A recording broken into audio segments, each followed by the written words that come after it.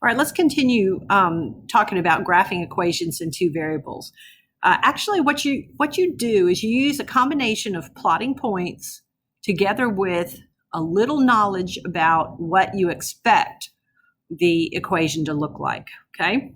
So if I were trying to graph y equals square root of x plus 5, what I do is I think about how, well, that particular one should look basically y equals square root of x.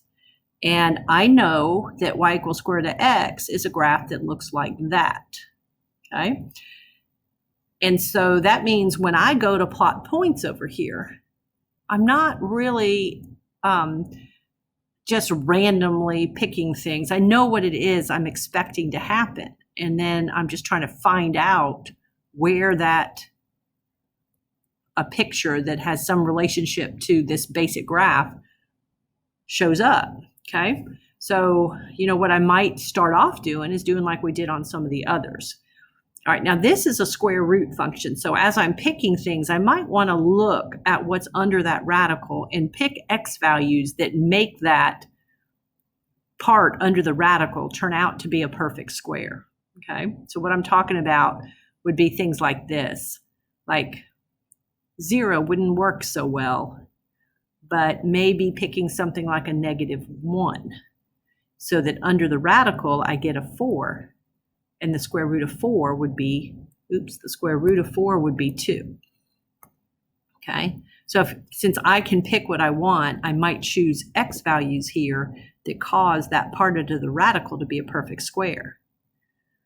Okay, so like a -1 makes that turn into a 4.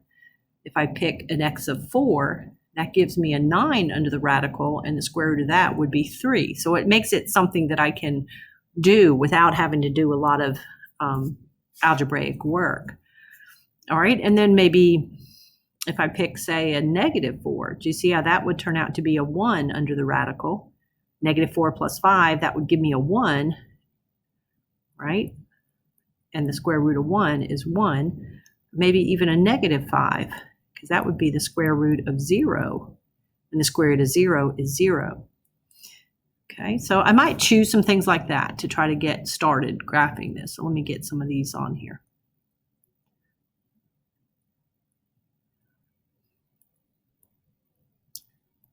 Okay.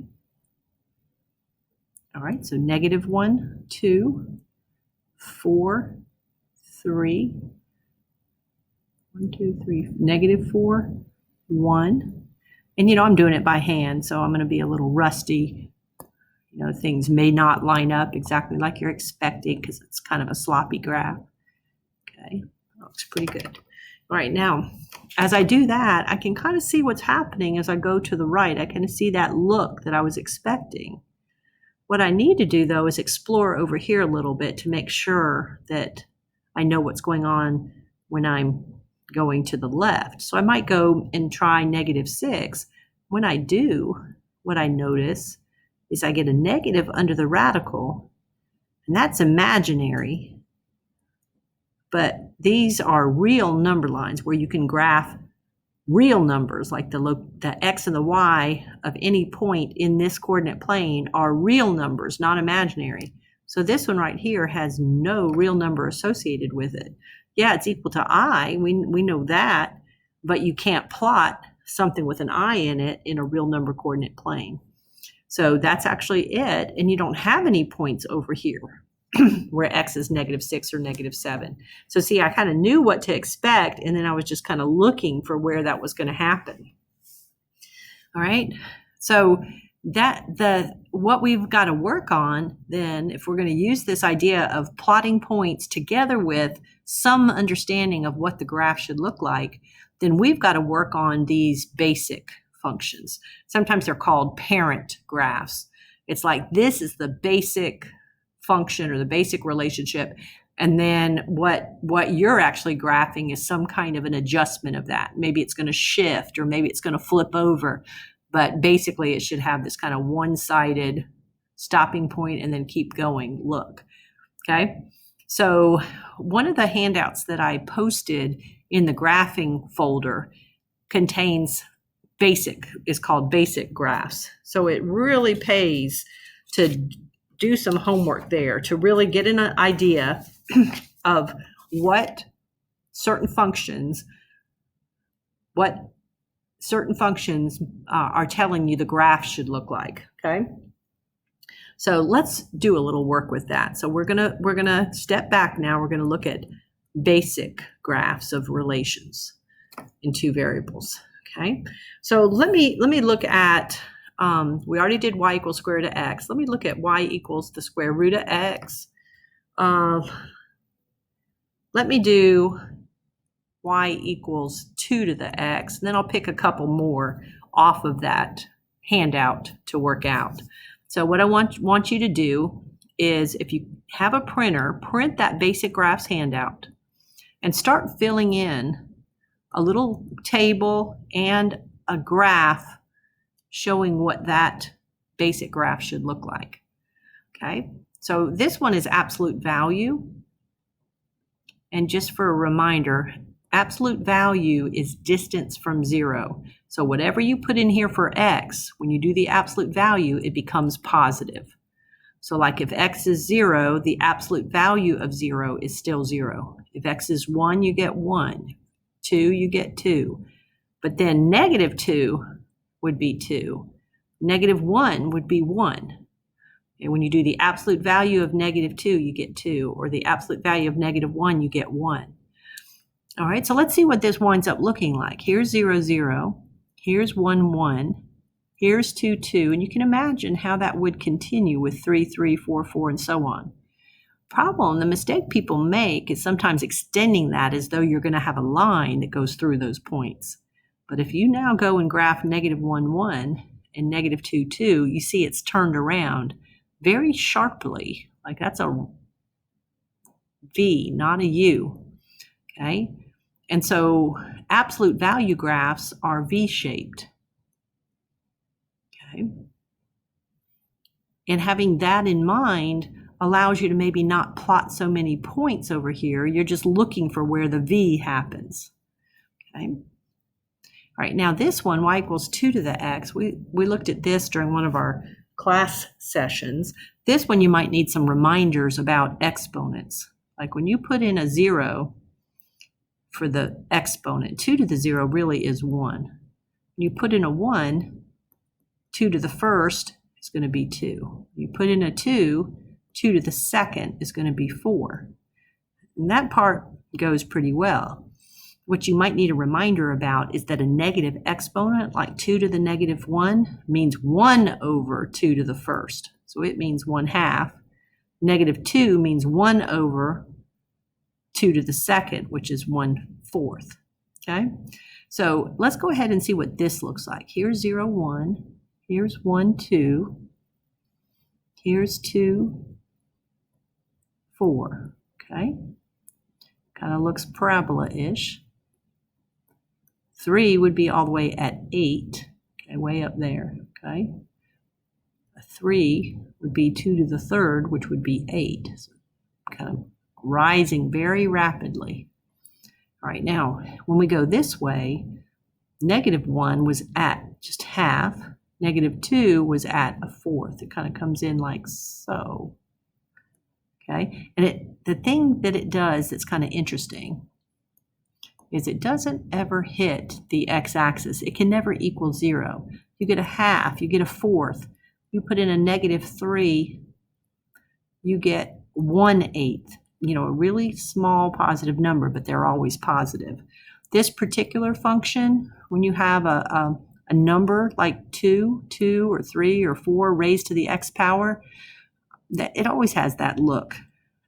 Okay, it's an exponential. This is an exponential function. Exponential, and this is a growth situation, exponential growth. Okay, and what's special about it is it's a situation where something is growing more and more rapidly, okay, rather than growing constantly like some lines would do. Okay, it's probably the second most important type of function that you talk about in algebra. Okay. All right, let's do a couple more basic ones that are pretty important. Let's think about x squared plus y squared equals 1. And let me do a really weird one. Let's do y equals 1 over x. All right, so these relations that I have on the basic graphs page, you want to try to sketch those, get a picture of them, and start then kind of remembering what the gist of the graph of those should look like. So like this one I did in class, but I didn't do it as carefully. We did it right near the end. So let me do it a little more carefully. If I put a 0 in for x, that cancels out the x squared and I get y squared equals 1, which means y would have to equal 1 or negative 1. So that means you really get 2 ordered pairs when x is 0. Well, if I put a 0 in for y, same thing happens. It knocks out the y squared. I get x squared equals 1, which means x equals plus or minus 1. So that means a y of 0 gives you an x of 1, a y of 0, you can have an x of negative 1. All right, so what we know so far is this. We know we have, let me make this kind of bigger than I normally do. We know we have the point 1, 0, negative 1, 0, 0, negative 1, and 0, 1. Okay. Now, what I didn't specifically show you in class is what happens, like when you try to reveal the picture, you need to see, well, what happens when you're out here at 2 or what happens when you're here at 1/2. So watch what happens when I put a 2 in. If I put a 2 in for the x, I would get 2 squared, which is 4, plus y squared equals 1. So y squared winds up equaling a negative number. And if I do the square root of a negative number, it's imaginary. Okay? So it's not possible to plot. You don't get a point that has real number coordinates. So there's no point in the coordinate plane associated with that. So there won't be any points out here. For the similar reason, there aren't going to be any there, there, or there. Everything's going to happen between negative 1 and 1. Okay? Now what we've got to explore is what happens if we pick a number like 1/2. Okay? So let me work that out down here. If I put a 1/2 in for x, because it's a fraction, it feels a little messy. Now you can use your calculator to do fractions. So learn to do that so that you don't stress when you see a fraction, or get comfortable by hand. 1 minus a fourth, I do enough cooking to know that would be 3/4. When I take the square root of both sides, I'd get plus or minus the square root of that. And it turns out to be square root of 3 over 2. Okay, so that square root of 3 over 2 could be positive or negative. And, you know, I don't really know how big square root of 3 over 2 is to graph. So I would do that on my calculator and do square root of 3 divided by 2 and find out the decimal for those. Okay, so let me erase this little algebraic work I did earlier right here, so I have room to tell you what those equal. Okay, so remember, we don't have any points over here or over here, up here or down here. Okay, this turns out to be about 0.87. This turns out to be negative 0.87. So when you're at a half, you're about right there, about right there. Okay, now we could go through some more work and find out if you're at negative 1/2, you'd be about right there and about right there. So what happens is this turns into, the pattern of the points turns into a circle with a radius of 1. Okay, so that is considered the basic graph of this relation. So I want you to associate something like that. An x squared plus y squared equals a number is going to be a circle, and then your job is just to figure out where that circle is. So like if you were asked to do something like x minus 1 squared plus y squared equals 9, you should look at that and say, it should be a circle. Excuse me. It should be a circle. Now I just need to figure out where that circle is located. Okay. All right, let's look at one more basic graph. This one is y equal 1 over x. Okay. All right, so let's try some things. So first off, 0 would be a problem. If you put a 0 in there, you get 1 divided by 0, which is undefined. 1 over 0 is undefined. No point right there at an x of 0. Nothing happens. Okay, but if you put in like an x of 1, you get 1 over 1. Negative 1, you get 1 over negative 1, which would reduce to be 1. Okay, let's do a couple more. Put in a 2 and a negative 2. You get 1/2 and negative 1/2. Okay, let's kind of see where we're at. So there's nothing here. I'm going to use a dashed line to represent the fact. I'm going to use a dashed line. I want that in black to represent the fact that there's no ordered pair there. Okay, then I have the point 1, 1, 2, 1/2, 3. I didn't write it, but would be a third. So these look like they do something like that. The points are kind of getting closer and closer to the x-axis. Then negative 1 turns out to be negative 1. Negative 2 turns out to be negative 1/2. And I didn't write it, but negative 3 would be a third. So these kind of do that. Okay.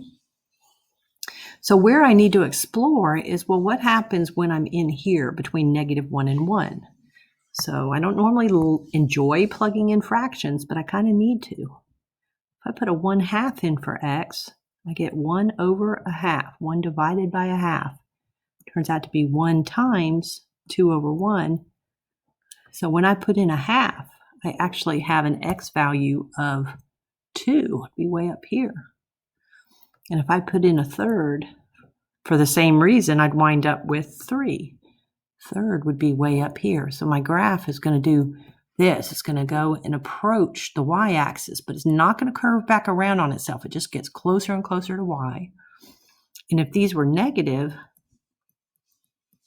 what I would get is a negative 2 or a negative 3. So negative 1/2 turns out to be negative 2. Negative 1/3 turns out to be negative 3. And see how they get more and more negative, kind of closer and closer to the y? So both pieces of this are part of the graph of y equals 1 over x. Okay, so this one turns out to be a circle. This one right here is called a rational function. And there's lots of rational functions, okay, that you could have. This is a basic rational function where you have 1 over x to the first power. Okay, I also have one on the sheet that's 1 over x to the second power. So there I just did a few of the basic ones off that sheet. And you want to start sketching the graphs of all of those and then starting to associate what the basic equation is that leads to that graph. Kind of get the graph and the equation kind of matched up in your head. Okay. All right. And then I'm going to wrap up the video by doing one more of the examples that you might be trying to graph, and then use this idea of a basic graph to do that. Okay. So on this sheet that you have, let me go find an example of it. Let me go open. Let's get the examples. These. Okay, so here you're graphing some functions that have been kind of adjusted a little bit. So let's take one of them. Let's do y equals 2 raised to the x plus 1. Just want to show you why you want to work on the basic graphs. So now, suppose you're trying to do this. Okay, what I want you first thinking is basically like y equals 2 to the x, which looks like that. That's what I want you thinking initially. Then I want you building a table and going and graphing for real. Okay? All right, so let me get moved down a little bit. Okay, so we'll go through a few things. I'll try things like, well, what happens if I put a 0 in? If I do, I get 2 to the first, which is 2. If I put a 1 in, I get 2 to the second, which is 4. If I put a 2 in, I get 2 to the third, which is 8. Okay, so here I'd be at 2. If I go to 1, I'd be at 4. If I go to 2, I'd be at 8. Like double that, way up here. Okay, so I can kind of see what it's doing here. It's growing at a very fast rate. All right, so now I might want to go the other way. When I do -1, I get 2 to the 0, which is 1.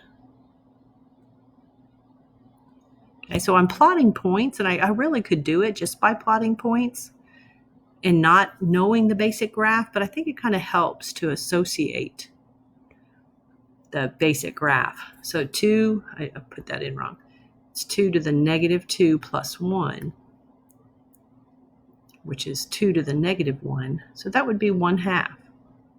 Okay, so once I kind of see what's going on, and I say, yeah, I was expecting that, then go ahead and just stop. You don't have to keep finding more and more ordered pairs because you kind of know what it's supposed to do.